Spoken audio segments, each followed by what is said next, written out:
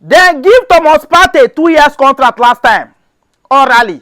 One person come out to talk say in here from one source say na 200k dey pay the guy.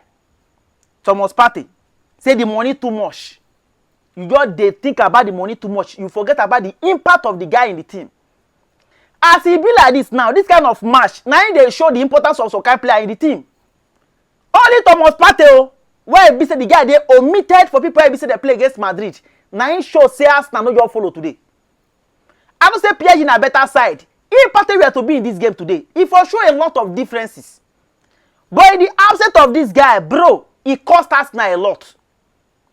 E cost Arsenal a lot. And some people should take this into consideration, say this guy dey perform well for the club.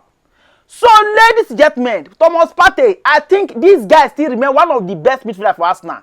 So, ladies and gentlemen, how una see am too? Let me know in the comment section. For now, we move.